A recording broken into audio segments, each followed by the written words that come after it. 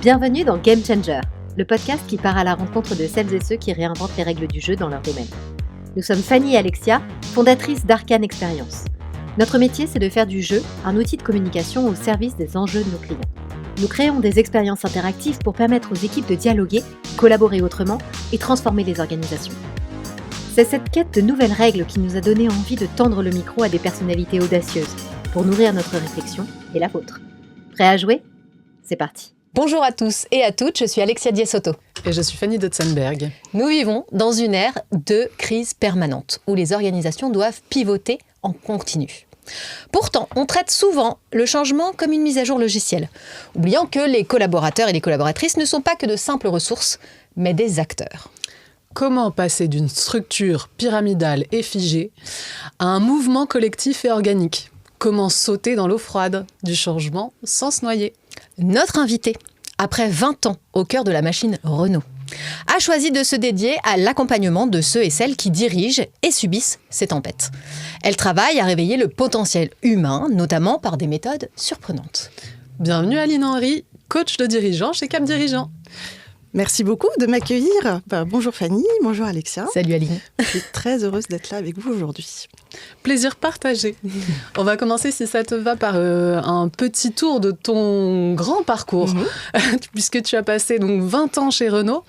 Tu es passé à la fois au tout début de la direction juridique, qui est plutôt un monde de règles un peu strictes, on va dire, à celui de la communication, puis du coaching, qui est un monde plutôt en mouvement.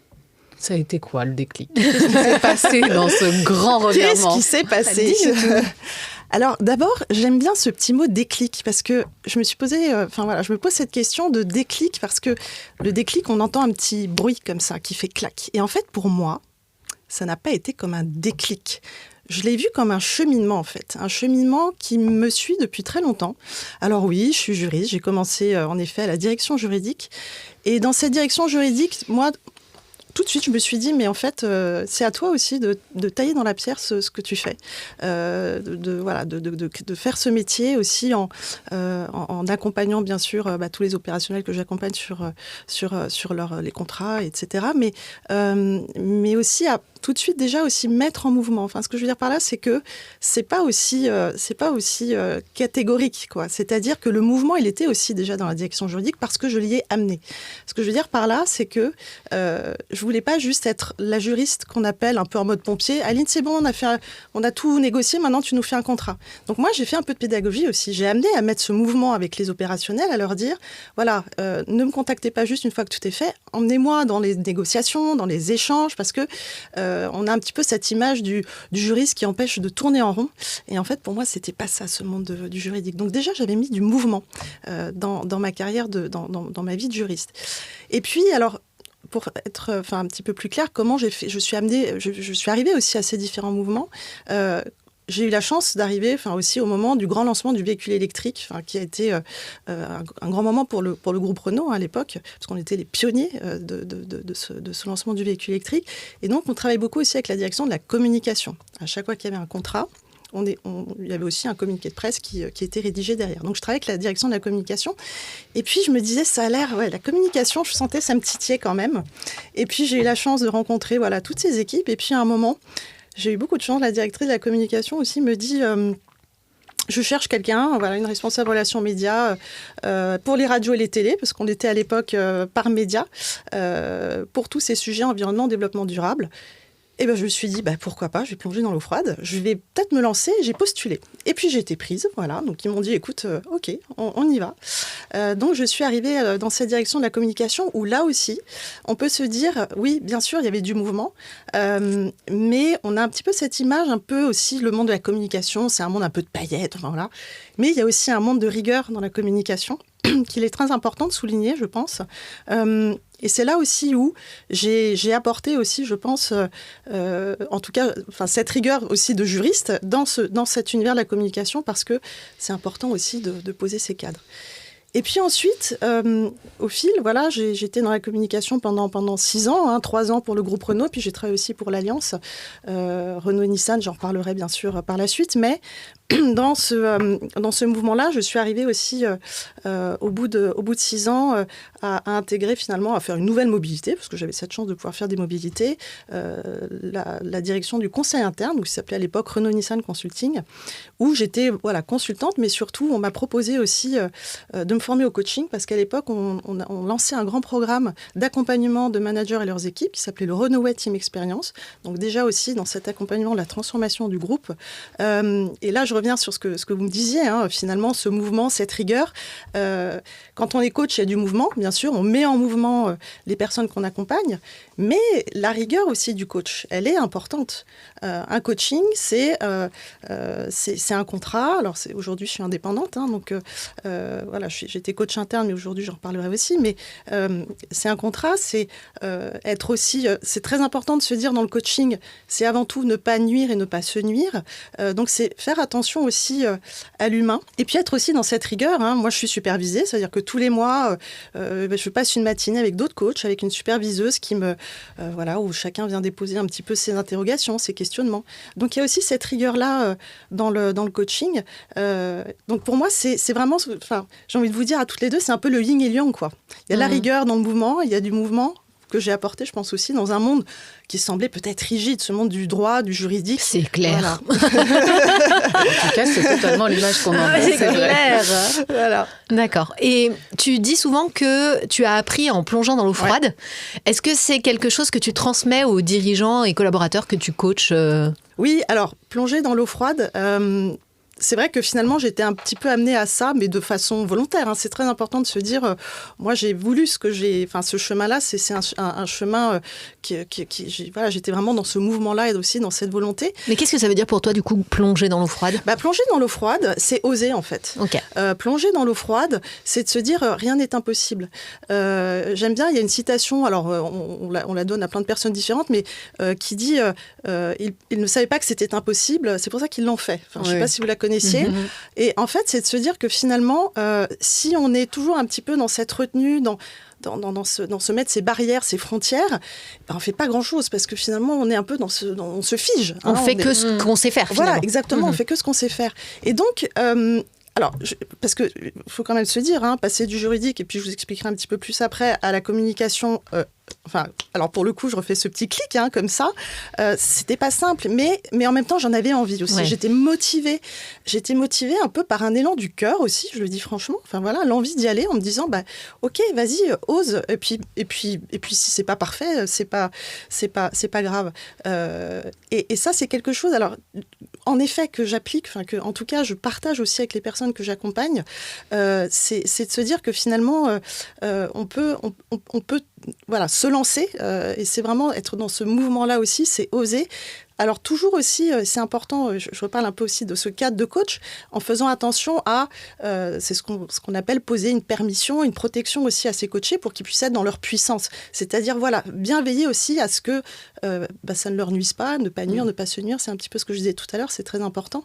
Mais en tout cas, oui, c'est vraiment amener à plonger dans ce bain.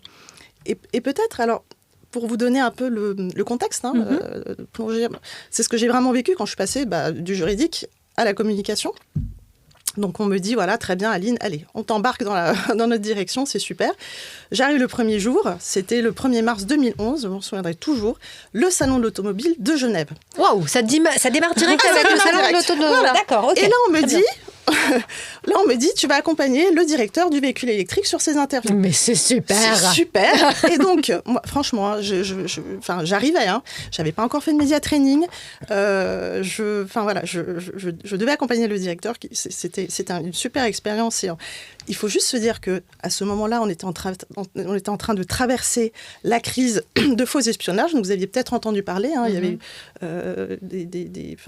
Alors nous, oui, mais peut-être que nos auditeurs et auditrices, non. Vas-y. Voilà, il y a eu, en fait, c'était donc en 2011, 3 salariés du groupe Renault qui avaient été accusés à tort d'espionnage sur le véhicule électrique et qui il s'est avéré qu'en effet, il n'y avait absolument pas eu d'espionnage. Donc c'est pour ça qu'on appelle ça la crise de faux espionnage, qui a quand même été très impactante pour le groupe Renault. M'étonne. Et donc moi, je suis arrivée à ce moment-là où le directeur du véhicule électrique était interrogé, interviewé. Enfin, toutes les interviews qu'on avait étaient sur ce sujet. T'as dû vivre. Voilà. Donc j'ai vécu ça. Et en parallèle, il faut vous imaginer, on avait ces interviews. Et ce jour-là aussi, on lançait la Twizy. Je ne sais pas si vous vous souvenez, ce petit véhicule avec Cathy et David Guetta et Carlos Ghosn.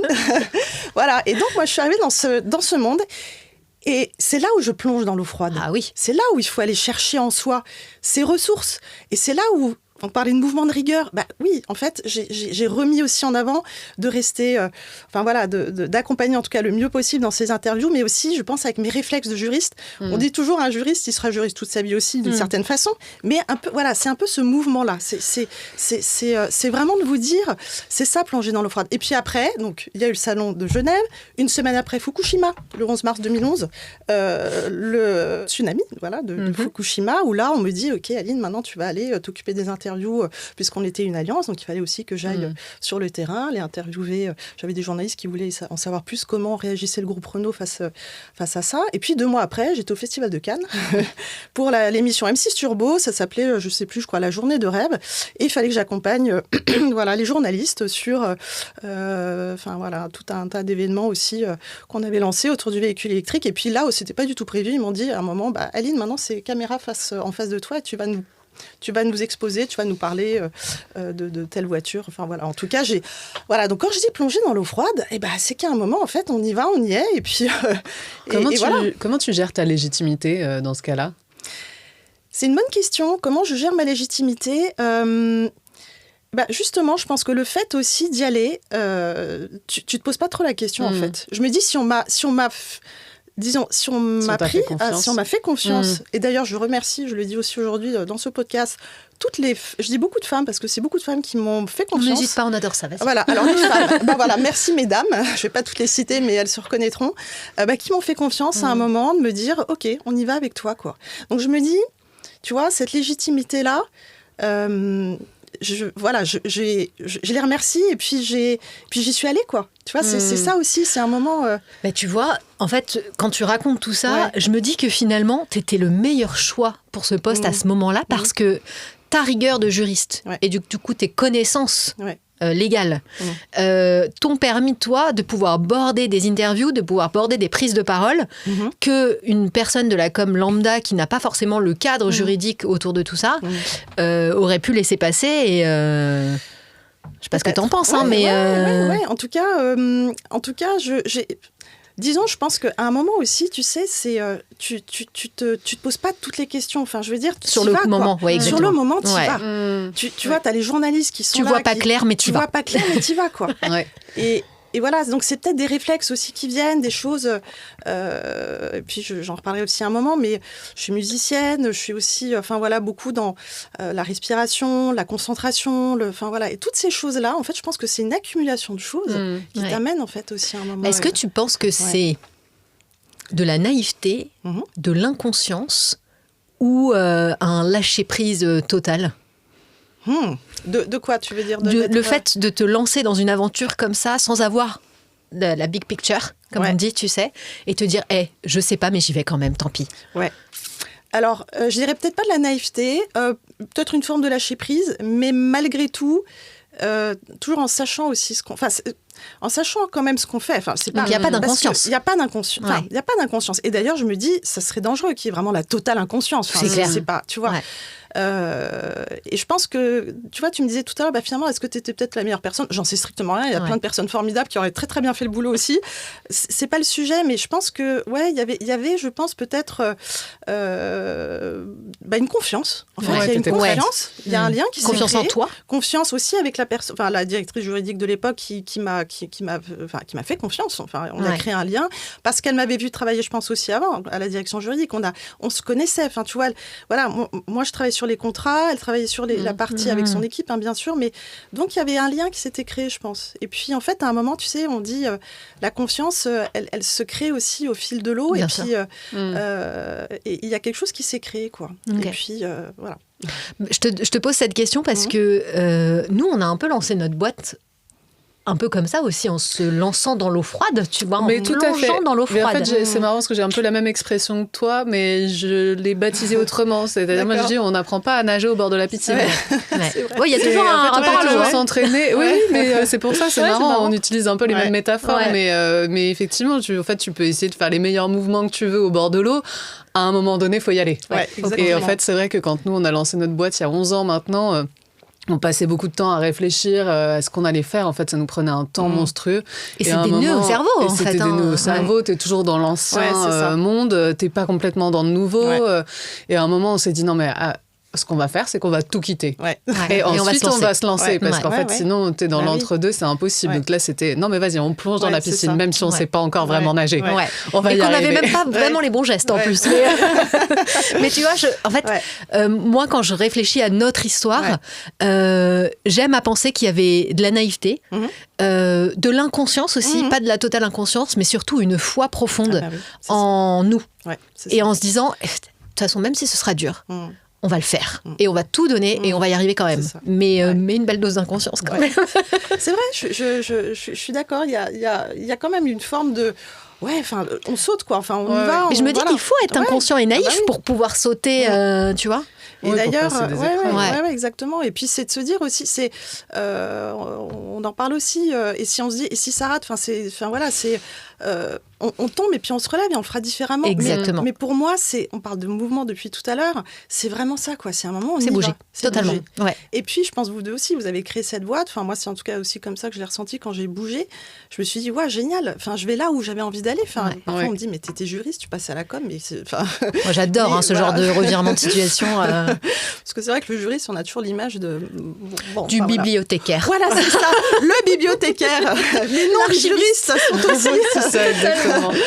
Totalement. Voilà. Mais pour revenir à ma question de tout à l'heure, comment tu enseignes ça à tes coachés ? Parce qu'on n'est pas tous naïfs et inconscients au point de réussir à se lancer. Et je pense que la majeure partie des gens, justement, ont ce frein, cette barrière inconsciente de se dire et si ça marche pas, qu'est-ce que je fais ? Comment tu leur enseignes ça ? Alors, en fait, d'abord, déjà, je pense que ce qui est important, je reviens un tout petit peu sur peut-être ce qu'est le coaching, parce que quand tu dis comment tu enseignes ou comment tu le partages ou comment...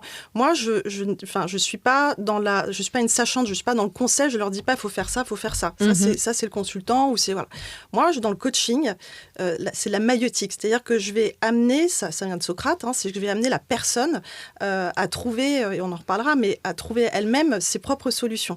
Donc moi, en fait, je vais l'amener déjà à comprendre que elle peut potentiellement se mettre ce qu'on appelle des croyances limitantes, des barrières. Voilà. Et elle se dit non mais là, c'est pour ça que je vous parlais de protection et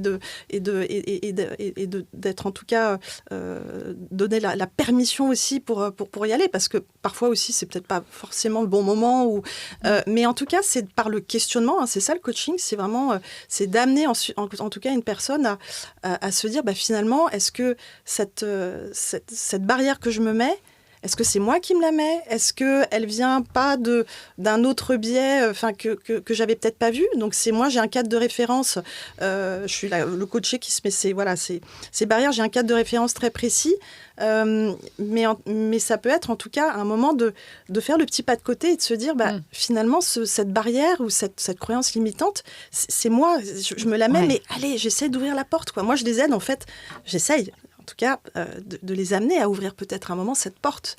Puis après, on voit si on va aller plus loin. Mais c'est ça, en fait. Donc toi, ton coaching, il est pas tant sur leur job que vraiment sur leur perception de leurs compétences et de leur mindset. Et c'est à ce moment-là que toi, tu interviens ? Ouais, en fait, c'est un peu les deux. C'est-à-dire, c'est maillé. Tu me dis, c'est pas tant sur leur job, sur leurs compétences. En fait, quand tu te mets moi, je suis coach, ce que j'appelle, coach j'accompagne la carrière, j'accompagne des dirigeants, des managers, en tout cas dans leur... Qui vient te voir ?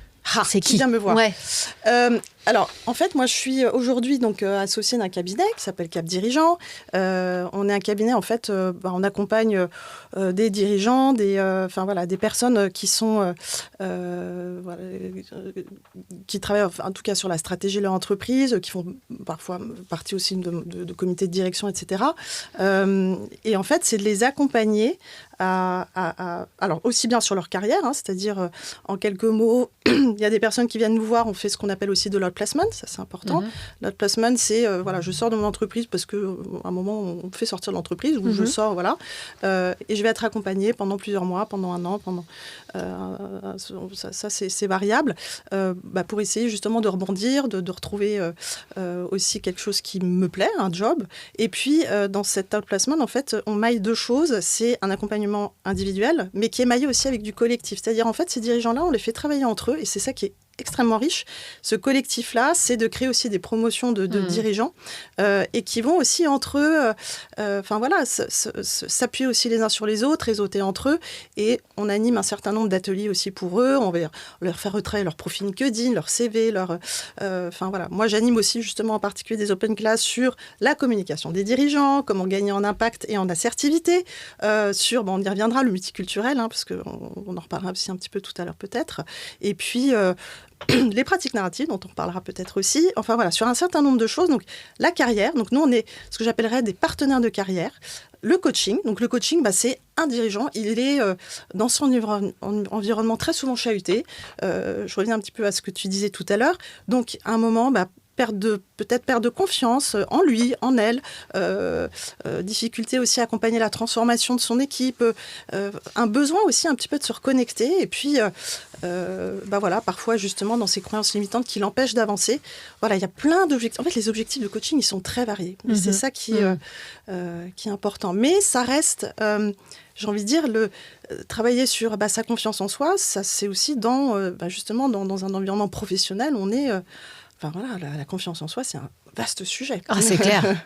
Il y a ça, et quand on avait préparé l'épisode aussi, tu m'as dit qu'il y avait quelque chose d'assez spécifique, on va dire, à l'époque actuelle, c'est qu'en fait, on est confronté à une crise permanente, et que forcément, ça joue sur les ressentis des dirigeants. C'est quoi l'état des lieux ? Qu'est-ce que tu perçois de ces dirigeants ? Puis comment est-ce que tu les accompagnes justement dans cette crise permanente ? Je ne sais même pas si d'ailleurs il n'y a pas un autre mot que crise qui est normalement un oxymore. Crise permanente, c'est un oxymore. Alors, c'est vrai que sur ce mot de crise permanente, en fait, quand j'y repense, je me dis, en fait, une crise, finalement, un peu par définition, la crise, elle arrive à un instant T. Et puis, les dirigeants, les entreprises, les organisations font tout pour l'éteindre, cette crise. J'en ai vécu des crises, comme je vous disais, la crise de faux espionnage, la crise aussi avec Carlos Ghosn qui s'était fait arrêter. Ça a été quand même... j'ai traversé ces moments quand même difficiles. Mais il y a un début et il y a une fin. C'est ça, il y a une fin. Donc, ce que je veux vous dire, c'est, pour moi, on parle de crise permanente. Mais au fond, c'est humain. On ne peut pas être dans une crise permanente. Moi, je parlerais peut-être un peu plus d'une espèce de tension permanente. En fait, tous ces dirigeants, ils sont dans une tension permanente et on leur demande en permanence, en fait, justement, de rebondir, de réagir. Donc, en fait, c'est d'essayer de les accompagner, justement, le mieux possible à comment je surnage, justement, dans cette crise aussi. Et là, j'ai envie de vous parler d'une personne, dans le cadre de mon cabinet, je vous en avais parlé rapidement, mon cabinet, on organise aussi pour tous ces dirigeants-là des soirées, notamment une soirée, ce qu'on appelle Impact et Perspectives. Et on a reçu une fois, alors peut-être que vous connaissez, Mathieu Dardaillon. Alors Mathieu Dardaillon, il est cofondateur de la CEC, la Convention des entreprises pour le climat. Okay. Il est le fondateur de Ticket for Change. Okay. Vous connaissez peut-être, le nom en tout cas. Ouais. Donc, il amène en fait des personnes à travailler sur des sujets justement autour de comment réduire la pauvreté, justement les enjeux climatiques, etc. Et c'est lui d'ailleurs, notamment à travers Ticket for Change. À travers Ticket for Change, il y a eu l'application Yuka aussi qui a été développée. Et pourquoi je parle de Mathieu Dardaillon ? Parce qu'il était venu à une de nos soirées et je trouvais ça hyper intéressant parce que pour moi, ça fait lien avec ce qu'on est en train de se dire, cette crise permanente. Lui, il a écrit un livre qui s'appelle Anti-Chaos. Je fais un peu de pub pour Mathieu Dardaillon. Voilà. Et en fait, dans son livre Anti-Chaos, lui, j'aime bien son état d'esprit et ça me parle. C'est de dire, on parle de chaos. Là, on est dans le chaos. On est dans un monde incertain, mouvementé, en mouvement, chahuté. Trop de mouvement, là. Trop de mouvement. Et lui, il se dit, finalement, ce chaos-là, plutôt que de le voir vraiment comme un problème et de se figer, justement, on va se remettre en mouvement et on va se dire, ce chaos-là aussi, eh ben, il amène aussi à d'autres choses. En fait, il amène à se reposer des questions. Il amène peut-être à des transformations sociétales, à d'autres transformations. Et c'est de se dire que face au chaos, c'est comment aussi on peut se remettre en action, on peut se remettre en mouvement, agir même dans l'incertitude, et puis de se dire que finalement, le chaos, il va faire émerger d'autres choses. Et donc, je reviens sur ta question, Alexia, c'est comment est-ce que dans cette crise permanente, parce que moi, j'ai envie de dire, c'est très important de ne pas non plus rester dans quelque chose de complètement anxiogène. Enfin, aujourd'hui, on est quand même dans un monde anxiogène. Hein. Enfin, non, mais c'est ça, totalement. Enfin, tu vois, voilà. Donc, c'est comment, et encore une fois, chacun aussi, on peut, dans ce chaos, c'est repenser, c'est quel mindset j'ai, avec quel état d'esprit j'avance aussi par rapport à ça. Et c'est en tout cas d'essayer de voir comment justement je peux quand même me mettre en mouvement, et puis penser en fait aussi à un moment à plus grand que soi, en fait. C'est pas juste rester dans quelque chose, un peu sa ligne de nage. Hein, on parle de piscine depuis tout à l'heure, et d'eau froide, et de rebord de piscine.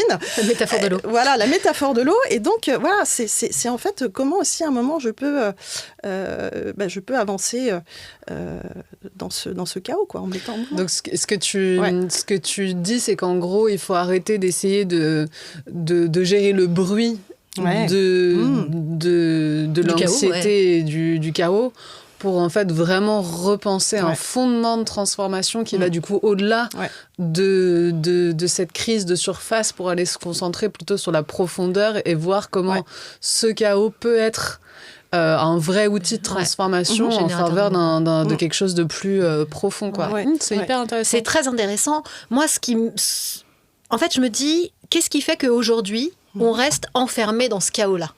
Qu'est-ce qui fait qu'on n'arrive pas à sortir de cette anxiété du chaos? Est-ce que c'est parce qu'on n'arrive pas à faire le deuil de ce qui était avant, et qu'on espère qu'on va avoir une fin de crise? Tu vois ce que je veux dire? Sûr, on parlait de la crise, un début, une fin. Est-ce que là, on est dans l'anxiété parce qu'on se dit, ça va forcément finir par s'arrêter? Et est-ce que du coup, ou est-ce que c'est autre chose? Et du coup, comment on fait pour se dire, allez, stop. Hier, c'était hier, ça reviendra plus, on passe à autre chose. Il y a aussi le côté peut-être urgent versus important qui peut jouer aussi, c'est clair. Exactement. Et d'ailleurs, j'aime bien ce que tu dis, le urgent versus important, parce que ça, c'est... Alors, je vais vous sortir, c'est pas du tout moi, c'est un outil de Eisenhower, qui était le président de la République américaine, qui, Eisenhower, avait à un moment sorti cette... c'est un outil qui est très utile. Enfin, voilà, je parle là d'un outil parce que c'est justement ce qu'ils appelaient la matrice d'Eisenhower. C'était de travailler sur qu'est-ce qui est important et urgent. Vous connaissez peut-être, important mais pas urgent, urgent mais pas important, et ni important ni urgent. Nous, on appelle ça les gros cailloux. Voilà, les gros cailloux. Alors, on peut l'appeler de plein de façons. Mais c'est vrai, c'est difficile. Hein. Enfin, ça, c'est justement quelque chose, parfois, que je travaille aussi avec mes coachés, qui ont du mal à... justement, dans ce chaos, dans cette crise, dans tout ça, de se dire, OK, où est l'urgence, où est l'importance, où est l'important, le pas urgent, voilà. Mais oui, tout à fait. En fait, c'est vraiment de se dire... du coup, j'ai un peu perdu le fil. On parlait de pourquoi on est toujours anxieux dans ce chaos, et est-ce que ça vient d'un deuil du passé qu'on n'arrive pas à faire? Comment on peut se sortir de cette anxiété? On est dans des transitions, en fait. Et le deuil, en fait, c'est passé d'un état dans lequel on était peut-être dans une certaine forme de zone de confort malgré tout, à je replonge, je reviens toujours à ça, mais j'arrive dans quelque chose d'inconnu qui s'ouvre à moi, et voilà, donc ça crée forcément cette anxiété. Mais c'est comment aller au-delà, et j'ai presque envie de dire, c'est une question de survie de l'humanité d'une certaine façon. Totalement. Parce que si chacun d'entre nous, on était toujours à se figer. C'est pour ça que je parle aussi de collectif. C'est vraiment important de se dire comment est-ce que, mais chacun individuellement, au service de ce collectif-là, on peut agir. Et voilà. Et c'est vraiment, et ça demande en effet, je pense, une certaine introspection. Alors, là, je vais parler, je suis la coach, mais voilà, et c'est ça que j'accompagne, et c'est ça qui fait aussi la passion de mon métier, quoi. Est-ce que en plus de cet aspect chaos, on va dire, plutôt que crise permanente, qui est effectivement pas un terme approprié, mais est-ce qu'on n'est pas en train de rajouter dans les entreprises du chaos sur le chaos. C'est-à-dire que j'ai l'impression qu'en plus, la réponse qui est souvent apportée, c'est plus de process. Ouais. On va faire différemment. Et en fait, on se retrouve avec des gens qui, à tous les niveaux, du coup, pas seulement les dirigeants, se retrouvent complètement lessivés par un système qui n'a plus du tout de sens. C'est ça. J'imagine bien tout le monde avec les mains partout. Ouais, c'est ça. Et en fait, épuisé. On apporte en plus pas du tout les bonnes solutions par rapport à ça. Enfin, je ne sais pas ce que tu en penses. Moi, c'est la perception que j'en ai à ma petite échelle de bien ce que sûr. je vois. Mais... Et là, je pense que, dans ce que tu me dis, ça m'amène aussi un petit peu à revenir aussi sur l'accompagnement de l'humain, le change management, la transformation et cet accompagnement-là. Pourquoi ? Parce que là, ce que tu es en train de dire, c'est oui, les entreprises, le monde de l'entreprise est dans une certaine logique. Et cette logique, c'est il faut aller vite. On a des contraintes financières, on a des contraintes, je sais pas, de nos actionnaires. Le mouvement, le mouvement de l'entreprise n'est pas aussi le mouvement de l'humain. Ce que je veux dire par là, c'est, je reviens peut-être un petit peu sur, ça m'avait assez intéressé aussi, je vous en parle.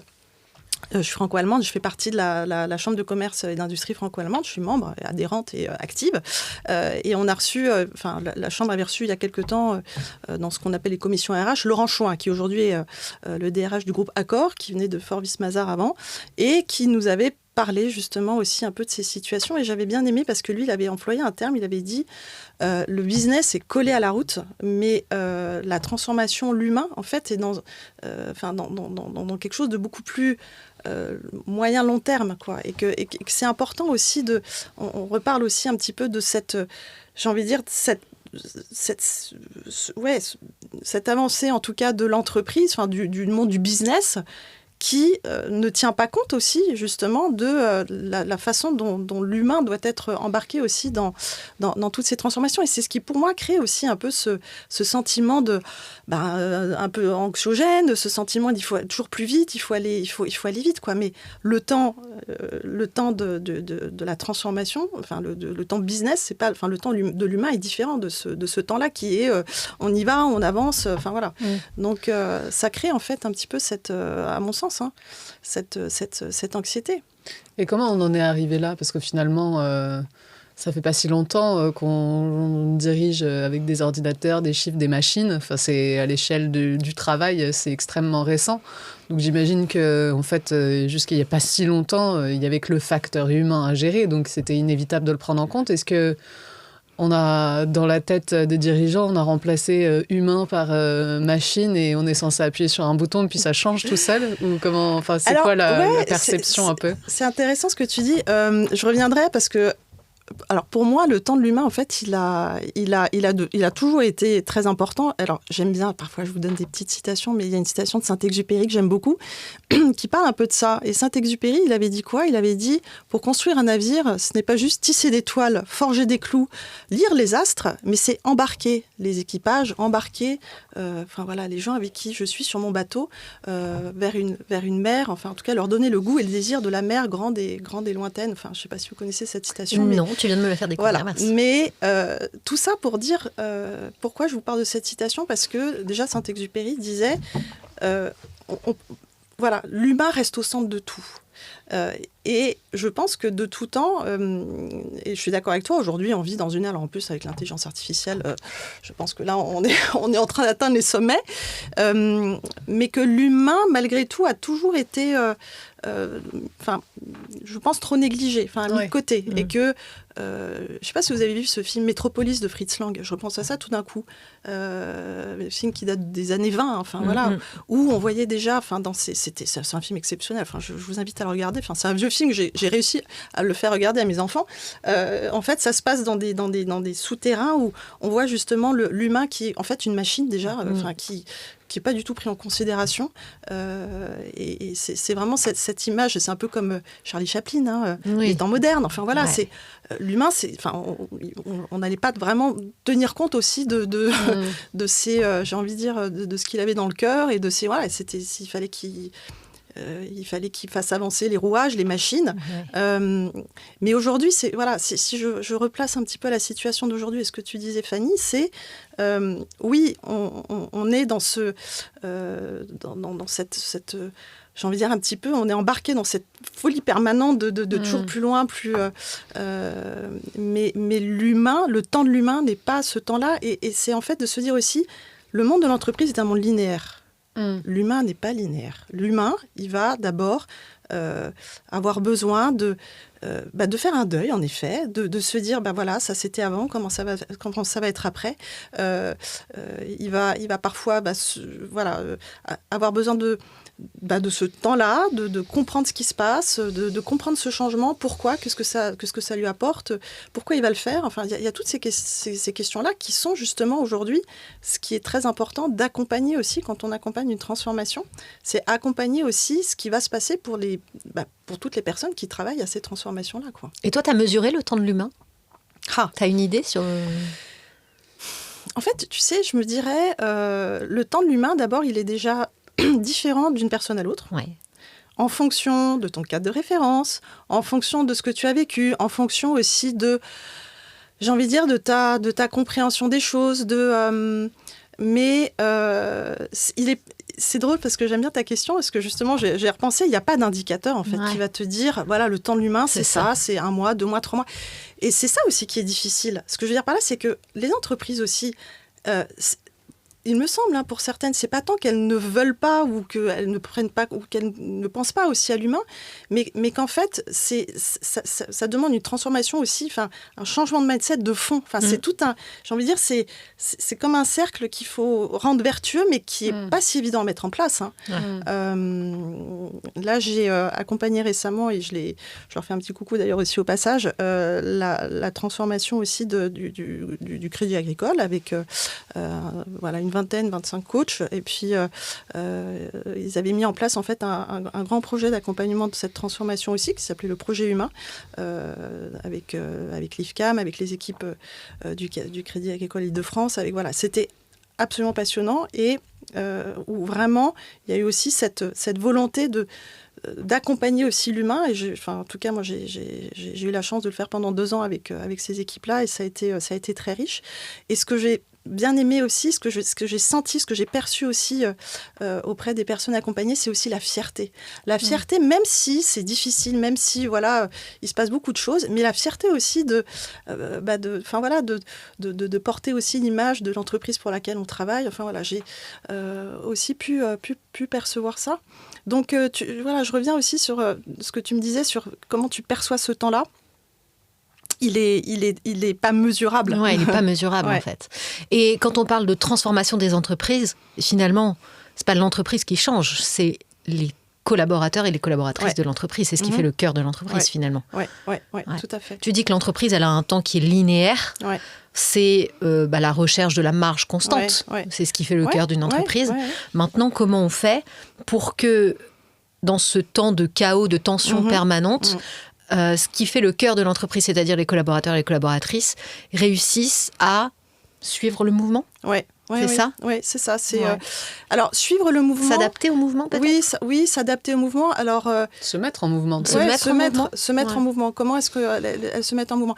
Je reviens un petit peu sur ce que je disais aussi, sur embarquer, donner envie, en tout cas comprendre. C'est pour ça aussi,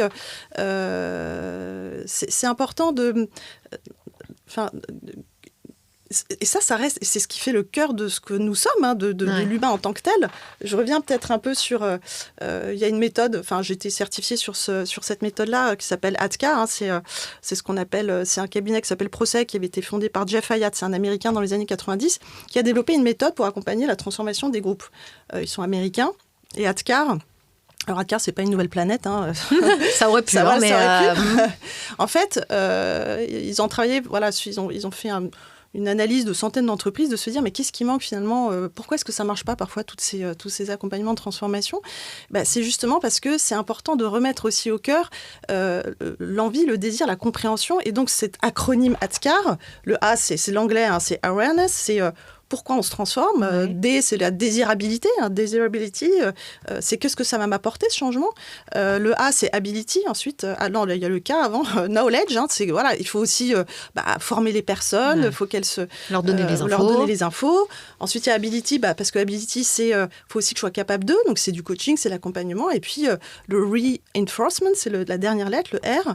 Le renforcement, c'est l'ancrage. Donc, en fait, c'est une méthode. Bon, après, voilà, c'est comme toutes les méthodes. C'est un outil, mais qui est au service d'eux. Mais pourquoi je te dis tout ça ? Parce que y a quand même tout ce processus aussi humain et de se dire le temps, c'est le temps de la compréhension. Il faut donner aux hommes, aux femmes qui travaillent sur ces sujets-là le temps de comprendre, le temps d'apprendre, le temps de s'adapter, le temps, comme tu disais, de faire le deuil peut-être aussi de quelque chose où ils étaient bien et puis de se dire, voilà. Ce ne sera pas forcément moins bien, voilà, mais ce sera différent. Ça sera différent. Ouais. Et faisons en sorte que ce ne soit pas moins bien, voilà, justement. Exactement. Ouais. Et c'est là aussi où peut-être réintervient aussi un moment parce que pour moi, la confiance en soi est aussi très maillée avec justement oser y aller, plonger, enfin tout ce qu'on s'était dit depuis le début.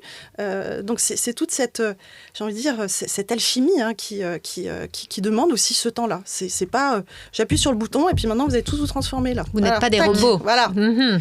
Vous n'êtes pas des robots, exactement. Ouais. C'est hyper intéressant, j'adore. Ouais. Je vais partager une anecdote d'un article que j'avais lu et qui fait un peu le pont avec ça. C'était un article qui parlait de la terminologie d'outils. Oui. On a toujours tendance à se dire que l'informatique est un outil, par exemple. Et en fait, ça revenait un peu sur la sémantique initiale et où il disait « Attention, ce n'est pas un outil. Ouais. Un outil, c'est en fait quelque chose qui va permettre à l'humain de toujours en garder le contrôle. Ouais. Donc un marteau, c'est un outil. Ouais.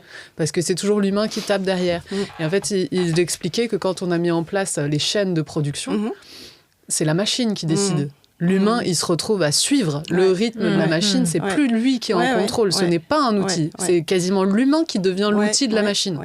Et en fait, dans tous les processus informatiques, c'est pareil aujourd'hui. C'est-à-dire qu'on n'est plus du tout maître du nombre d'emails qu'on reçoit. Enfin, il faut suivre le rythme, en fait. Et avec l'IA, c'est encore pire. Ah bah oui. Et on est là où on a l'impression que c'est un outil. En fait, non, c'est nous qui devenons l'outil de cette rapidité, de cette exigence. Et je trouve que c'est quelque chose qui vient vraiment infuser partout, où en fait on est complètement trompé sur le rôle qu'on a.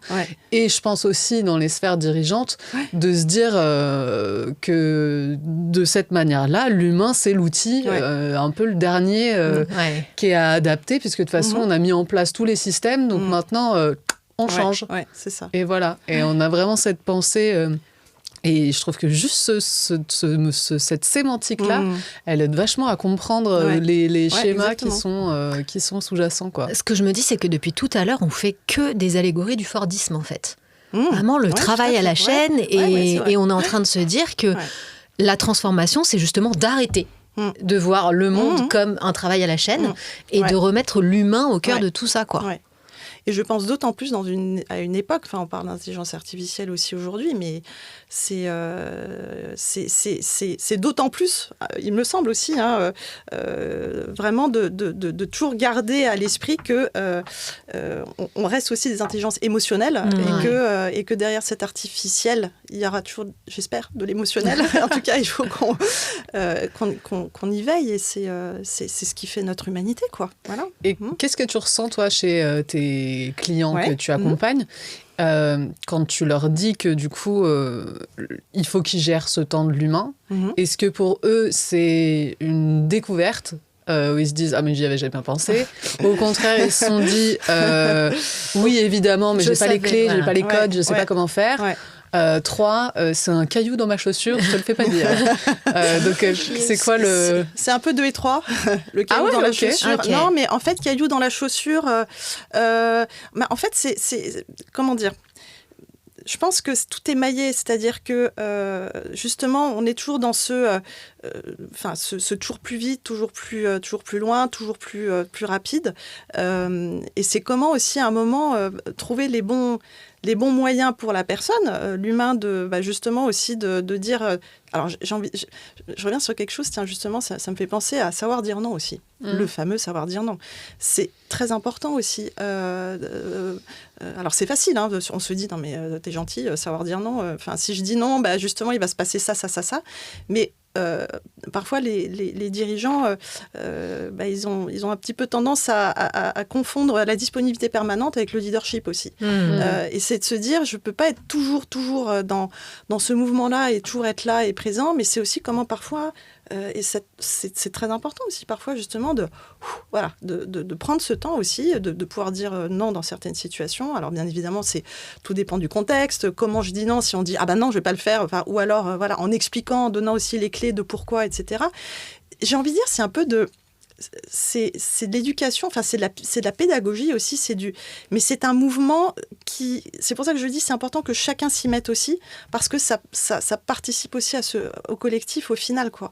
Donc ce que tu es en train de dire, c'est que eux-mêmes ne sont pas dans le temps humain qui devrait s'accorder pour être efficaces. De bons dirigeants. Et qu'en fait, à partir du moment où eux, ils ne se sont pas mis dans cette démarche-là, il y a une sorte d'incapacité à comprendre que sur le reste de la chaîne, ça va être la même chose, quoi. Tu vois, j'ai lu il y a pas longtemps, là, j'étais effarée.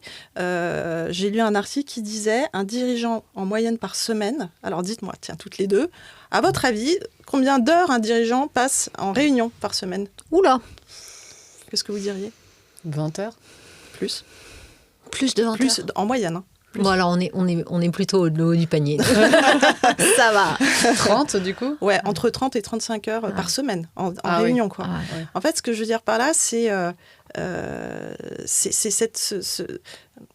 tu vois, tu me posais cette question, mais c'est de se dire à un moment, c'est de prendre aussi un peu ce recul, de se dire, ouais, attends, est-ce que j'ai besoin d'être 30 à 35 heures ? Après, on est aussi dans cette réunion Unité-Guy, mais par semaine, en réunion. Et justement, à un moment, c'est ce qui amène aussi à l'épuisement professionnel, au burn-out. Et puis, on accompagne des personnes qui sont aussi dans des situations parfois aussi d'épuisement, de fatigue, parce qu'on est toujours dans cette espèce de mouvement permanent.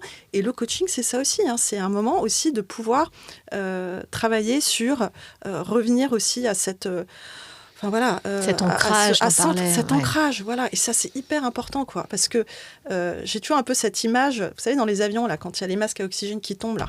En fait, on a toujours tendance à se dire, le masque à oxygène, je vais le mettre sur mon enfant, je vais le mettre sur mon conjoint, voilà. En fait, le masque à oxygène, quand il tombe, il faut avant tout, même si vous avez votre petite fille à côté de vous qui vous regarde, d'abord sur soi. Parce que si vous ne prenez pas l'oxygène, vous ne pourrez pas le mettre sur votre enfant.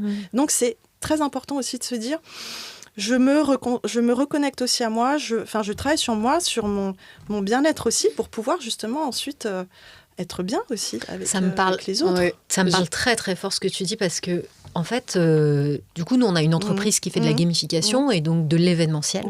Et en fait, quand on part en event, en fait, littéralement, on part. C'est-à-dire qu'on a nos bagages et on va sur des events. Ça peut durer plusieurs jours parfois. Ou alors, là, je parle d'event, mais on enchaîne avec un événement et puis le lendemain, on doit faire ça et on doit faire ça. Et j'ai vraiment cette sensation de voler et de pas être ancré. Tu vois ce que je veux dire ? Avec une espèce... Allez, je prends mon souffle et je dois tenir 4 jours. Tu vois ? Et au bout de 4 jours, je oh là là, ça fait du bien, mon Dieu. Et cette notion d'ancrage, je vois vraiment très fort ce que ça veut dire. Et je sais pas comment réussir à rester ancré. Respire. En mouvement. Ouais, mais j'ai pas le... Eh ben écoute, je vais... tu vas nous coacher là tout de suite. Je là, mais ça m'amène à vous partager quelque chose. Moi, je travaille aussi beaucoup avec le corps. Le corps, parce que c'est le dernier rempart aussi contre l'intelligence artificielle, de se dire, parce que maintenant aussi, il y a des gens qui sont coachés avec une intelligence artificielle. Enfin, moi, ça me... Pourquoi le corps ? Parce que justement, sans tomber dans... Alors, encore une fois, très important de se dire, quand je travaille avec le corps, avec des personnes, bien évidemment, avant, je leur demande, je fais ce qu'on appelle un contrat de processus. Je reviens sur un coaching, c'est aussi un cadre. Hein. Mais voilà, tu vois, typiquement dans des situations où tu me dis, voilà, je sens, je suis parfois à bout de souffle. Hein. Moi, je vois aussi parfois arriver en coaching des personnes, en fait, on sent que tout est complètement bloqué. Et là, je reviens, peut-être aussi, je suis flûtiste, hein, je vous en reparlerai peut-être un moment, mais musicienne. Donc, Voilà, c'est ces moments-là aussi, quand on parle d'ancrage, c'est se reconnecter à soi, c'est revenir sur sa respiration profonde. C'est aussi voilà, faire des mouvements. Là, je suis en podcast, mais tu vois, de se réaligner aussi comme ça, avec ses mains et en soufflant. Enfin, voilà, et ces petits moments-là, c'est des petits trucs, hein, des petits tips, ou même avant une prise de parole en public, justement, je vous parlais aussi de coaching, comme j'étais dans la communication aussi, sur tous ces sujets-là. C'est comment s'ancrer. Et puis, parfois aussi, c'est juste avec tes deux pieds, là, tac, tac, on l'entend peut-être là, mais tu vois, tu t'ancres, quoi. Touch C'est the vraiment, grass. voilà. Ouais, ok. C'est des petites choses, des petits moyens, mais qui peuvent être très aidants. Ok. Voilà. Et du coup, on fait beaucoup de métaphores dans ce podcast. Mais tu utilises aussi le compagnonnage narratif. Ouais. Donc, ça fait aussi un peu le lien avec ce que tu dis sur le corps. Déjà, en quoi ça consiste? Ouais. Oui, et qu'est-ce que ensuite, c'est? du coup, quels sont les bénéfices que ça apporte? Alors, d'abord, je suis très contente qu'on parle un peu de ce compagnonnage narratif, parce que moi, c'est quelque chose que j'ai découvert il n'y a pas si longtemps. Allez, on va dire il y a 2-3 ans, j'ai fait ce qu'on appelle... oui, je suis compagnonne narrative, je ne sais pas comment je peux... Enfin, j'ai passé 12 jours de formation, j'ai fait tout ce qui... Alors, juste pour nos auditeurs, ou en tout cas pour comprendre un petit peu ce que c'est que ce compagnonnage narratif, le compagnonnage narratif est issu de 2 personnes qui s'appellent Michael White, qui était un travailleur social australien, et David Epstein, qui était un psychologue néo-zélandais. Michael White est décédé, mais David Epstein vit toujours. Et en fait, tous les deux sont partis du principe qu'en fait, on est tous construits en fait, à partir d'histoires, d'identités, mais qui sont aussi très souvent, qu'on n'a pas forcément choisi. Ce que je veux dire par là, c'est ce qu'on appelle le constructivisme social. Le constructivisme social, c'est nous sommes tous issus d'histoires, nous sommes issus de nos interactions, des identités qu'on a pu aussi nous donner, enfin nous mettre. J'utilise ces mots parce qu'ils sont très précis. On a ce qu'on appelle des histoires dominantes. On a aussi parfois ce qu'on appelle des identités qu'on nous a imposées. Et en fait, le compagnonnage narratif, la pratique narrative, c'est de se dire, on n'est pas enfermé dans ce qu'on a pu projeter sur nous. On peut aussi aller vers ce qu'on appelle l'identité préférée. Et donc, la narration, c'est, dans ces types d'accompagnement-là, c'est d'amener, par exemple, une personne qui s'est enfermée ou qui est dans une histoire dominante je vais vous citer un exemple, par exemple, manque de confiance en soi, parce qu'on parlait beaucoup de la manque de confiance en soi. C'est comment je vais...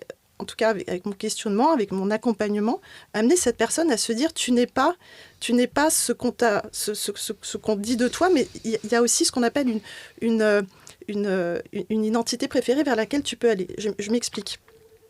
C'est en fait un cheminement qu'on appelle notamment le re-authoring. J'essaie de parler avec mon meilleur accent anglais.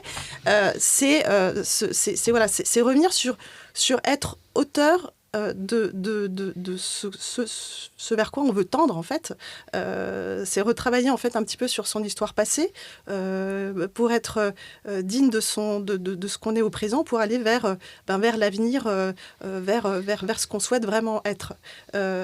Ce que je veux dire par là, c'est dans cette histoire dominante, l'idée, c'est justement d'aller un peu déplacer cette histoire en amenant la personne qui dit, moi, je pense à une personne que j'avais accompagnée qui dit, moi, j'ai pas du tout, je manque de confiance en moi.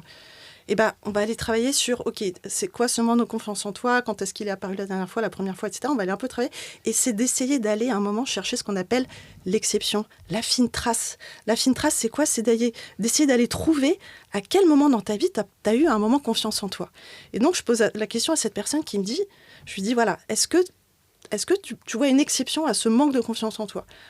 Ah ouais, il n'y a pas longtemps, tiens, j'ai mon chef là qui nous disait, tiens, on doit présenter un produit à un client en anglais. On était très peu à savoir parler anglais. J'ai levé la main, j'ai dit, oui, moi c'est bon, je parle anglais, je vais y aller, etc.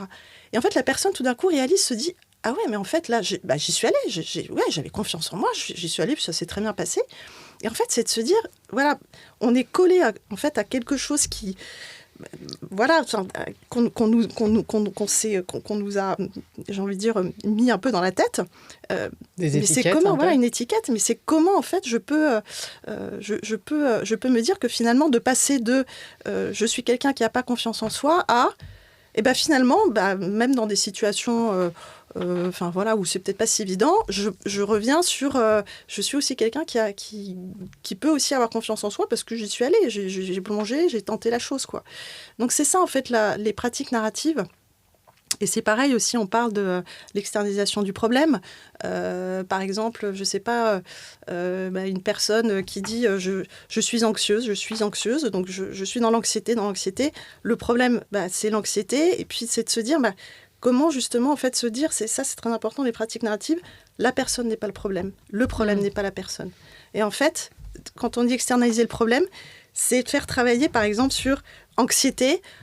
Anxiété, elle a quelle forme, elle a quelle couleur, elle a quelle odeur, elle s'est matérialisée quand. En fait, c'est d'essayer d'amener à se dire que ce problème-là, il est extérieur en fait à la personne. C'est une dissociation. C'est une dissociation et ça peut être très puissant.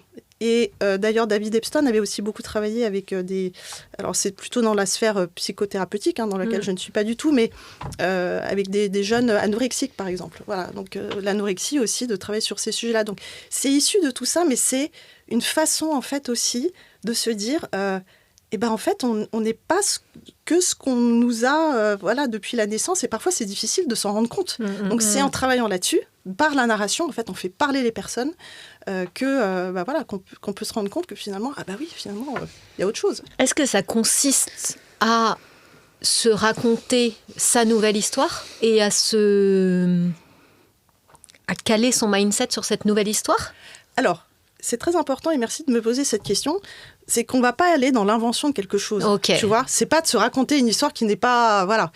En fait, la pratique narrative, c'est de partir quand même de ce qui est là. Moi, j'appelle ça un peu aussi... on a aussi un peu ces super pouvoirs, quoi. C'est-à-dire, il y a des choses qu'on a en soi. Et là, je vais venir aussi un moment à Carl Rogers, parce que tout ça est très lié aussi. C'est que... Enfin, moi, je suis très dans cette mouvance humaniste aussi, c'est que la personne a en elle toutes les ressources pour... vous connaissez peut-être, je ne sais pas le nom, en tout cas, Carl Rogers, mais a en elle toutes ces ressources pour être la meilleure version d'elle-même, j'ai envie de dire. Et voilà, donc... Merci de ta question, mais les pratiques narratives, ce n'est pas s'inventer une histoire. Okay. Ce n'est pas... Parce que ça, ce serait même... C'est pas bon. Enfin, mais c'est comment... Au fond, dans ma vie, mais même c'est pour ça qu'on parle des fines traces. J'aime beaucoup ce mot des fines traces parce que c'est parfois des toutes petites choses, mais qu'il faut aller tirer la bonne ficelle et amener les bonnes questions et voilà pour quand, en tout cas par ce cheminement, c'est un cheminement. C'est pour ça aussi on parle du compagnonnage. On avance sur ce chemin-là de pouvoir retravailler sur cette fine trace-là. Donc l'objectif, du coup, c'est de déplacer le focus de la personne sur j'ai pas confiance en moi, sur attends, regarde, t'as confiance en toi, et voilà tout ce qui va te permettre à toi de l'illustrer dans ton ressenti et de pouvoir l'ancrer, alors qu'avant t'étais ancré sur le manque de confiance en toi, quoi. En fait, c'est ça, c'est de déplacer en fait l'histoire. Et la narration, quand tu dis compagnonnage narratif, la narration, c'est le fait que le coaché raconte son histoire. Ouais. C'est ça. Hein. En fait, il raconte son histoire. Alors, c'est à travers un... Après, tu vas le questionner. Voilà, je vais le questionner. Bien sûr. Mais c'est d'amener par le questionnement. On y viendra peut-être parce qu'il y a aussi des façons un peu de faire. C'est aussi de l'amener par le questionnement, justement, à s'ouvrir sur un autre, ce qu'on appelle le cadre de référence. On a tous un cadre de référence et on peut être enfermé dans un cadre de référence. Et c'est ça la clé du coaching aussi. Enfin, un des objectifs, c'est d'amener les personnes à s'ouvrir. Et encore une fois, c'est pas de l'invention. On va pas aller inventer des choses.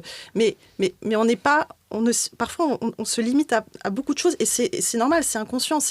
Mais c'est de donner, grâce à cette narration, de pouvoir aller chercher, par les fines traces, des exceptions à une situation qui peut être enfermante pour les personnes. Ouais. Et quelle question, du coup, quelle question t'es amenée à poser pour arriver à faire changer ces perspectives? Alors, c'est un peu difficile là, de te dire quelle question comme ça, parce que ça va dépendre d'objectifs, ça va dépendre de beaucoup de choses. Enfin, je veux dire, il y a plein de situations. Je vais peut-être aller un petit coin plus loin, justement, sur aussi les façons de faire dans ces fameuses pratiques narratives. C'est vrai que j'ai des méthodes parfois aussi. Alors, je dis parfois parce que c'est important. C'est vraiment, voilà, dans certaines situations, la personne que j'accompagne, je peux lui proposer, soit on reste dans des séances, dans un bureau et on avance comme ça. Mais ça m'arrive aussi parfois, de temps en temps, de proposer à la personne qu'on aille marcher. Enfin, voilà, de faire ce qu'on appelle du coaching, du coaching, alors dans la forêt, je fais ça au parc de Saint-Cloud, voilà, en marchant. Et c'est très lié aussi à la pratique narrative, parce que la pratique narrative, d'ailleurs, amène aussi beaucoup les métaphores. On parle depuis tout à l'heure de métaphores, mais c'est assez puissant. C'est en fait s'appuyer aussi sur le vivant, sur la nature, pour amener la personne aussi justement aussi à se reconnecter à ses 5 sens, à autre chose que juste d'être dans un bureau avec 4 murs, pour pouvoir avancer sur son chemin. Alors, pour répondre à ta question, Fanny, c'est une personne, par exemple, je sais pas, j'avais un coaché à un moment qui était dans une nouvelle prise de fonction, dans un CODIR, dans un environnement assez compliqué, qui avait besoin de se reconnecter aussi à son énergie. Et je lui ai proposé, je lui ai dit, écoute, est-ce que ça, si tu veux, et bien évidemment, je fais juste si la personne le souhaite. Et encore une fois, c'est pas toujours, mais on peut aller dans la forêt et travailler là-dessus. Donc, je sentais que ça coinçait un peu sur comment être bien dans mon énergie, dans cette prise de fonction, et comment être dans ma pleine puissance, entre guillemets. Et le fait d'être allé marcher, et justement en revenant à la narration, c'était de l'amener à dire, voilà, on est dans cette... essaie de me parler d'un moment dans ta vie où tu as pu être dans la forêt ou dans la nature, et où tu t'es senti pleinement dans ta bonne énergie, pleinement dans ta confiance en toi, en tout cas dans cette... Et il me dit, ah bah tiens, c'est marrant, ça me refait penser la forêt. Quand j'étais ado, avec mes cousins, on était allés se construire une cabane, et j'avais pris le lead, je leur avais dit à chacun ce qu'il fallait faire, et puis je ressens un peu ces odeurs. Et puis c'est pareil, c'était, je sais plus, au mois de juin, il faisait beau, je sentais ce soleil qui berçait. Et en fait, voilà, et progressivement, en fait, en l'amenant, et c'était les questionnements, c'était justement de dire, qu'est-ce qui t'a... Qu'est-ce qui t'a amené justement à te sentir bien? Quels éléments de la nature, avec quels éléments de la nature, tu peux aussi te reconnecter à cette énergie-là, qui ne serait pas étonné que tu me dises ça aujourd'hui. En fait, c'est d'amener, en fait, à travers tous ces questionnements-là, la personne aussi à se reconnecter à quelque chose qui va qui va lui redonner en fait cette confiance, c'est ça. Ouais.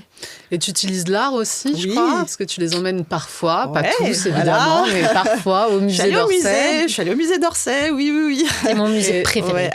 J'adore. Du coup, c'est quoi le lien avec l'art et le coaching? J'utilise la matière aussi, j'aime bien utiliser la matière. Ah, tu fais de l'art plastique du coup? Ouais, alors non, je suis musicienne moi, mais mais c'est pas, on en parlera aussi, mais j'aime bien. En fait, je trouve que c'est très puissant aussi. Justement de pouvoir utiliser aussi ce qui nous entoure, le vivant, la nature, un tableau, pour justement pouvoir amener la personne aussi parfois qui est un peu embrumée, j'ai envie de dire, quand on est toujours dans son bureau, et en plus avec le confinement, je vous dis pas là, au moment du Covid, c'était quand même compliqué. Non, mais soit le bureau, soit le téléphone, soit la télé. C'est dans le mental, quoi. Ouais, on est très... Exactement. En fait, c'est que ça t'amène à te reconnecter aussi à ton cœur, quoi. D'ailleurs, on parle beaucoup de cet alignement tête-corps-cœur. Tous les coachs qui m'entendent savent de quoi je parle, mais c'est important. Et donc, je reviens à mon musée d'Orsay.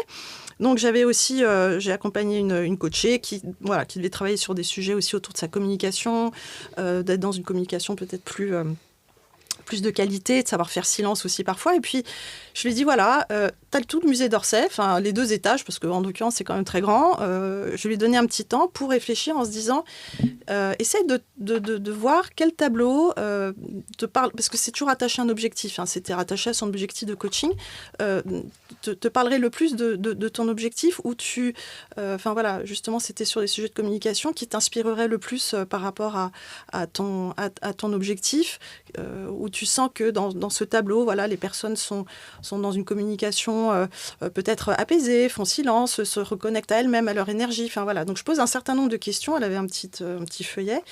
Et puis elle s'est promenée dans le musée, et puis on s'est retrouvés, et on est allé dans ce tableau. Elle avait choisi les glaneuses de Millet, je ne sais pas si vous voyez. Oui. Et Et voilà, et après, je lui ai posé un certain nombre de questions, justement, pourquoi tu as choisi ce tableau, dis-moi un peu comment tu décris les personnages, qu'est-ce que tu ressens de ça. Alors, en l'occurrence, on travaille aussi sur, justement, le silence aussi, dans sa communication, de aussi savoir parfois se poser. Et puis, j'aime bien ce tableau, je ne sais pas si vous voyez ces deux femmes avec leur tablier, là, qui sont en train de... et c'est de se dire, parfois, on n'a pas besoin de beaucoup parler, c'est du non-verbal aussi, on est l'une à côté de l'autre, on glane, mais voilà, on est là dans cette ambiance. Il y avait quelque chose de très apaisé. C'est vrai que ce tableau est très apaisant. Je l'ai regardé il n'y a pas longtemps et je trouve qu'il est, moi, il me parle beaucoup aussi. Et donc, on a travaillé sur son objectif à partir de ce tableau. Et une des questions aussi, c'était et si ces femmes pouvaient te chuchoter quelque chose à l'oreille, qu'est-ce qu'elles te chuchoteraient à l'oreille? Voilà, c'est des questions qui peuvent sembler, alors comme ça, là, je vous en parle, il faut être dans l'environnement, mais c'est puissant. Ouais, je trouve ça chouette. Et en fait, ce que je perçois de ces choses que tu mets en place, c'est qu'en fait, tu cherches un peu une respiration dans tout le cadre. Un recul, mais c'est en fait, t'en fais vraiment une bulle physiquement. Ouais. On va au musée, on va dans la forêt, et là, du coup, il n'y a plus tout ce qui va faire mouliner le quotidien et le marasme dans lequel on a envie de sortir. Ouais, exactement. Et du coup, cette respiration, elle est soit artistique, soit naturelle. J'adore cette idée de visiter le musée de cette manière-là. D'aller visiter un musée avec un objectif personnel. Personnel, J'aime bien cette idée. Ouais. Et du coup, tu as commencé à parler de Carl Rogers, qui, du coup, a fait tout un travail sur l'accueil inconditionnel. Ouais. Qu'est-ce que ça... Enfin, comment est-ce que toi, tu t'en sers et comment est-ce que peut être reçu aussi, ce côté un peu bienveillance dans un univers corporate qui est souvent un peu fermé, un peu rigide. Est-ce qu'on est prêt à ouvrir ces portes-là? Alors, Carl Rogers, juste peut-être rapidement, c'était un psychologue américain qui est mort en 1982, donc ça fait quand même déjà un petit paquet de temps. Et en fait, il est justement dans ce que tu dis, en effet, tout à fait, l'accueil inconditionnel. Lui, en fait, il a une mouvance qui s'est opposée à celle justement à la grande époque de Freud, qui était dans l'objectalisation de ses patients. Freud, on est dans le diagnostic, Et Carl Rogers, c'est vraiment... je prends la personne telle qu'elle est avec tout ce qu'elle est, quoi. C'est l'accueil inconditionnel. Et ce que je trouve très, très fort, et c'est pour ça, moi, je me sens vraiment proche de ça, j'en parlais un petit peu tout à l'heure, c'est vraiment de se dire... Chacun a en fait en soi beaucoup plus de pépites, à tout ce qu'elle a en elle pour pouvoir avancer. Alors après, c'est du travail, c'est beaucoup de choses. Et tu as raison, c'est vrai que on a un peu tendance dans le monde du travail, et c'est tellement dommage de se dire, finalement, on n'est pas dans un monde de bisounours. La bienveillance, c'est bien gentil, mais nous, on a du boulot, quoi. Donc en fait, c'est de séparer bienveillance et performance. Ah non, mais je veux dire, à un moment, en fait, on n'a rien compris quand on fait ça, quoi. Parce que si on est dans ce mouvement de dire, si on est dans cette bienveillance, finalement, on va être un peu moins performant, c'est ça qui amène aux risques psychosociaux, au burn-out, à l'épuisement professionnel. Parce qu'on a tendance, en fait, à avoir quelque chose de... c'est du monde du bisounours, c'est un peu... Alors qu'en fait, c'est tout le contraire. Parce que la bienveillance, elle est connotée négativement, en fait. C'est parce ça. Que bienveillance, c'est justement bisounours, c'est trop gentil, et nanani, et je me fais écraser. Il y a ça, et puis c'est considéré aussi, on en a déjà parlé dans un précédent épisode de podcast, mais où on parle de la vie pro et de la vie perso. Comme si t'arrivais au travail et t'étais forcément le super-héros du travail à qui on peut parler n'importe comment. Et donc, du coup, effectivement, dans ce contexte-là, quand on considère que t'es juste un professionnel, le côté bienveillant, on s'en fiche finalement, puisque tu devrais être hermétique à tout ça et pouvoir tout endosser. Et c'est bien dommage. Mais tu es en train de nous dire que la bienveillance, c'est l'accueil inconditionnel finalement. Alors, la bienveillance, c'est l'accueil inconditionnel, mais attention, il faut faire attention à ça, c'est de se dire que être bienveillant, être dans l'accueil inconditionnel, et Carl Rogers en parle beaucoup, et d'ailleurs il fait très attention à ça, ce n'est pas, être naïf, ne pas confronter. Et quand je dis confronter, c'est attention, confrontation constructive, parce que c'est être authentique, c'est dire les choses. Carl Rogers, il n'est pas en train de dire...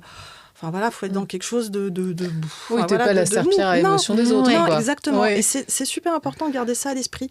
Parce que ce que je veux dire par là, c'est qu'on peut c'est aussi, ça fait partie de ce qu'on appelle l'assertivité. On peut dire beaucoup de choses, et la communication non violente aussi. Enfin, bon, il y a plein de sujets, en fait, ça m'amène à plein de choses. Là, je suis en train de tirer plein de ficelles. Il nous faut encore 5 heures de podcast. Non, mais c'est super intéressant. Mais moi, en tout cas, je suis profondément convaincue de ça. C'est qu'on peut être performant, on peut amener des entreprises, le monde de l'entreprise à se transformer, on peut faire beaucoup de choses si on considère aussi, on revient toujours à l'humain. Et l'humain, c'est pas encore une fois le monde de bisounours, c'est tout, mais c'est cet accueil inconditionnel qui ouvre aussi ce qu'on appelle la sécurité psychologique, c'est d'amener les personnes en fait à être dans un environnement où elles peuvent dire les choses, et quand on peut dire les choses sans s'en prendre, entre guillemets, mais je veux dire, avoir la peur justement de mal dire, de pas bien faire, d'être jugé, si on est dans ce jugement-là, oui, mais en fait, c'est contre-productif de la performance. La performance, qu'est-ce qui fait aussi qu'on peut être performant ? Et c'est justement le test and learn, le droit à l'échec, le droit à l'erreur, le droit de se dire, j'y vais, ok, j'ai peut-être pas, mais je recommence. Les Américains aussi, c'est très culturel, ils sont beaucoup plus là-dessus. Totalement. Sur cette culture test and learn, Google à fond, ils sont beaucoup dans cet état d'esprit-là. Et nous, la culture française, alors... nous, on n'a pas le droit à l'erreur. Voilà, c'est ça. C'est le droit à l'erreur, en fait. Et Carl Rogers, c'est ce qu'il dit, en fait. Encore une fois, c'est pas du mou, c'est pas du bisounours, c'est pas tout ça. Mais c'est de créer les conditions. La sécurité psychologique, j'en parle, c'est de créer les conditions pour que les personnes puissent oser aussi, avancer, se mettre en mouvement. On revient toujours à tout ce qu'on se dit depuis le début, mais c'est ça en fait. Et du coup, tu as commencé à en parler en parlant des entreprises françaises qui avaient du mal à se mettre en mouvement. Il s'avère que toi, tu es franco-allemande. Oui. Et que du coup, tu as aussi un petit bagage d'accompagnement d'entreprises françaises, allemandes. Mais qu'est-ce que tu vois des différences et puis de quoi est-ce qu'on pourrait peut-être s'appuyer sur la culture allemande pour pouvoir améliorer peut-être nos manières de faire aussi en France et inversement. Voilà. Est-ce que tu peux nous dire là-dessus ? Oui. Alors en quelques mots, d'abord les différences culturelles sont bien là, elles existent. C'est pas juste les Allemands ils sont toujours à l'heure, les Français sont toujours en retard. C'est parce que là on est un peu dans des clichés. Et je pense que c'est important. Juste je remets un tout petit peu le contexte aussi. Il y a deux noms importants à retenir en tout cas qui ont beaucoup travaillé sur ces sujets du multiculturel. Il y a d'abord Edward Hall, un Américain. Edward Hall en fait qui lui a beaucoup travaillé. Alors j'aime bien parce que pour comprendre sa culture, il a parlé de ce qu'on appelle la métaphore du poisson. Alors la métaphore du poisson, c'est quoi ? C'est de dire tous les humains, en fait, on est tous des poissons. Je vous apprends quelque chose. Ça veut dire, en fait, lui part du principe qu'un poisson, il nage dans un océan depuis qu'il est tout petit bébé poisson jusqu'à mais il s'en rend pas compte, il réalise pas son entourage là, donc il nage dans son océan. Nous, c'est pareil avec notre culture en fait. Quand on est dans son pays, en France en l'occurrence, ou ailleurs, mais voilà, on est dans un environnement puis on réalise pas complètement. Donc aller vers d'autres cultures, s'ouvrir à d'autres mondes, c'est pas juste pour aller voir d'autres cultures, c'est que ça nous permet en fait de comprendre notre propre culture. Et c'est ça la métaphore du poisson. Je vous parle de ça et je reviens ensuite sur ce que Edward Hall aussi a travaillé. C'est l'influence de la culture sur la conception du contexte. Alors, les contextes, c'est ce qu'on appelle les communications à contexte fort et les communications à contexte faible. En l'occurrence, nous, Français, je dis nous, moi, je suis un peu les deux, mais bon, les Français, on est dans des communications à contexte fort. Ça veut dire qu'on laisse beaucoup de place au second degré, à l'interprétation. Voilà. Les Allemands, ils sont dans un contexte faible. Ça veut dire que eux, c'est un mot est un mot. On n'est pas dans le second degré, on n'est pas dans cette interprétation-là. On laisse peu de place au contexte. Alors déjà, si des Français, des Allemands, ils prennent pas conscience de ça, ça peut créer un petit peu des choses compliquées. Edward Hall, il a aussi parlé de l'influence de la culture dans la conception de l'espace. Donc l'espace, c'est ce qu'on appelle aussi la proxémie. Il y a des cultures dans lesquelles, si je te colle, Alexia, tu vas dire attends, là, t'es dans mon cercle.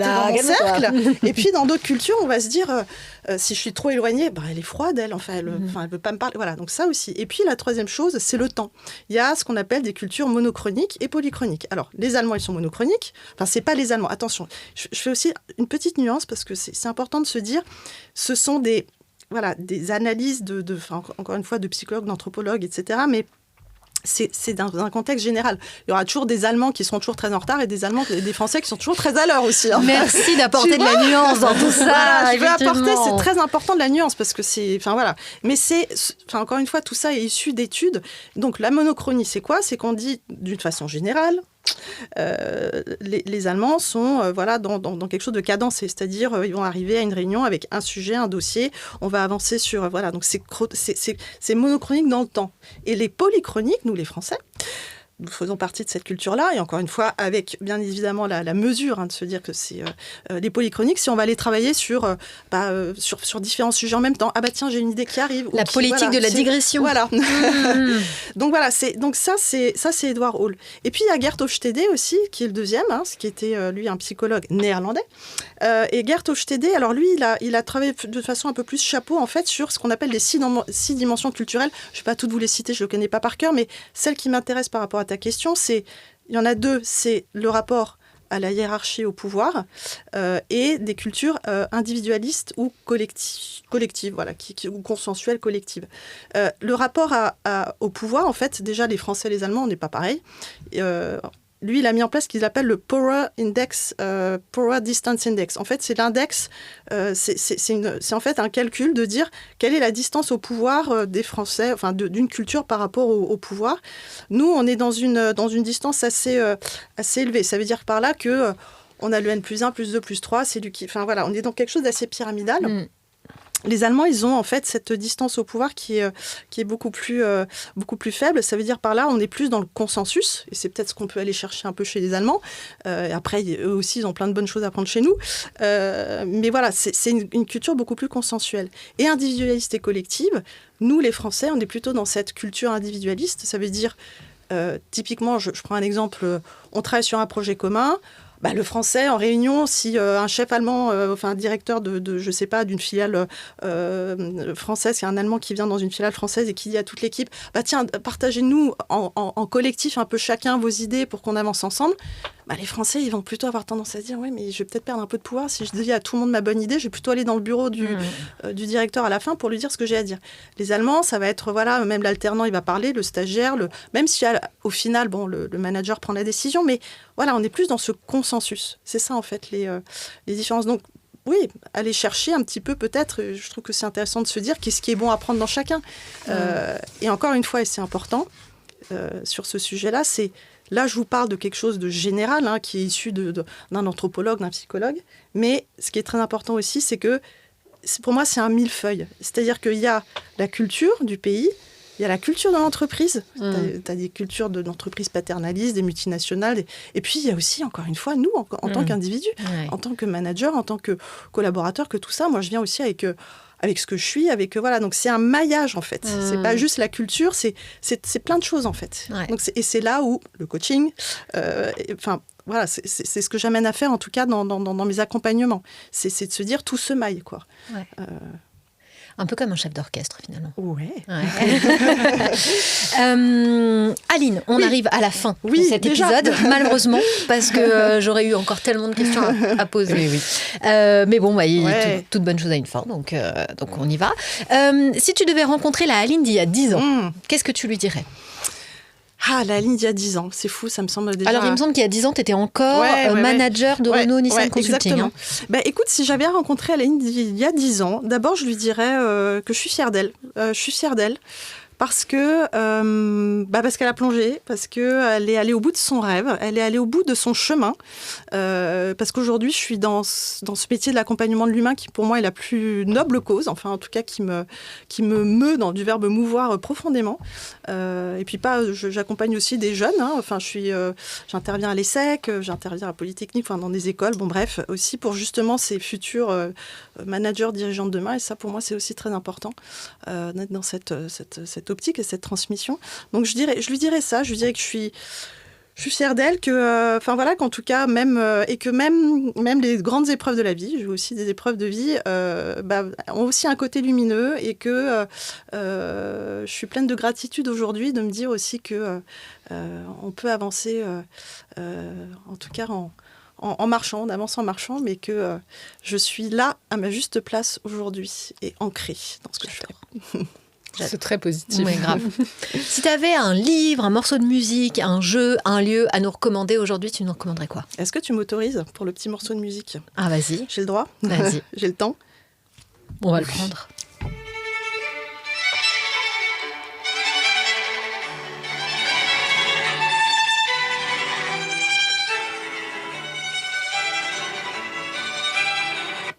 Je vais peut-être pas le mettre en entier. Alors, c'est quoi? Alors, c'est la Tempesta di Mare de Vivaldi. Okay. Pourquoi je vous parle de ça? Alors, j'en ai un tout petit peu parlé très, très rapidement, mais je suis musicienne, flûtiste baroque. Et Vivaldi, pour moi, c'est cette fougue. Voilà, c'est de se dire, même dans ces moments parfois de tempête, parce que là, ça s'appelle Tempesta di Mare, enfin, je parle très mal italien, mais c'est en tout cas ce mouvement-là, c'est ces notes qui virevoltent, ce foisonnement de notes, et de se dire que, justement, si les instruments s'écoutent entre eux, si même dans ces moments un petit peu parfois qui peuvent être de chaos, de tempête, on peut arriver à des harmonies, on peut arriver à des symphonies fantastiques. Bon, là, c'est un concerto pour violon, mais voilà. Et moi, je suis profondément animée par la musique. Voilà. J'adore. Tu finis sur une très belle métaphore. Ah ouais, j'adore. Finir pas tant, parce qu'on a encore 2 choses à voir.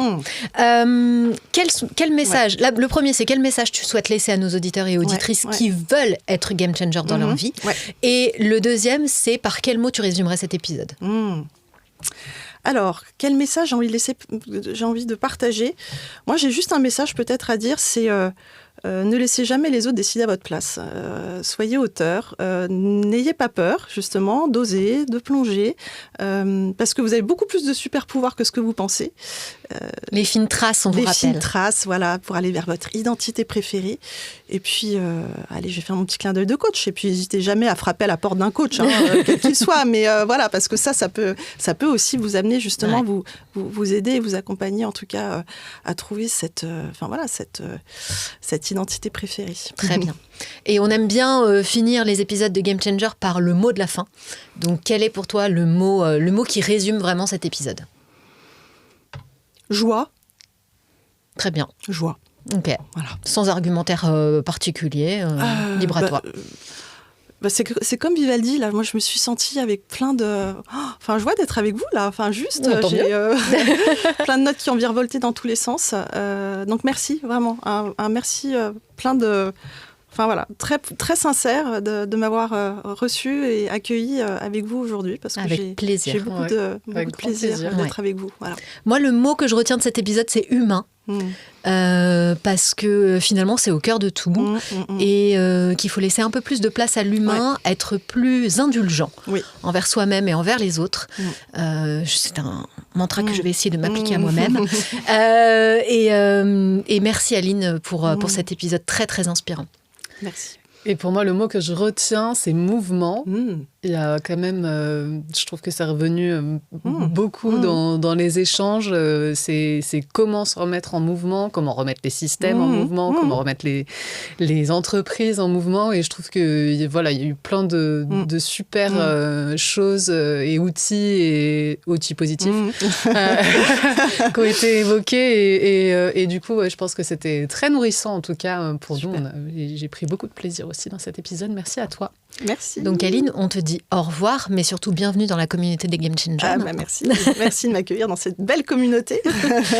Auditeurs, auditrices, nous espérons que vous avez passé un très bon épisode. En tout cas, pour nous, ça a été un plaisir comme d'habitude. On vous dit à bientôt, mais avant ça, n'oubliez pas de liker, commenter, partager cet épisode. Faites du bruit autour de cet épisode et de Game Changer. On vous dit à très vite. Bye bye. Merci de nous avoir écoutés, on espère que cet épisode de Game Changer vous aura plu. D'ici au prochain épisode, n'hésitez pas à réagir dans les commentaires. Et puis en attendant, jouez. Il y a tout à y gagner.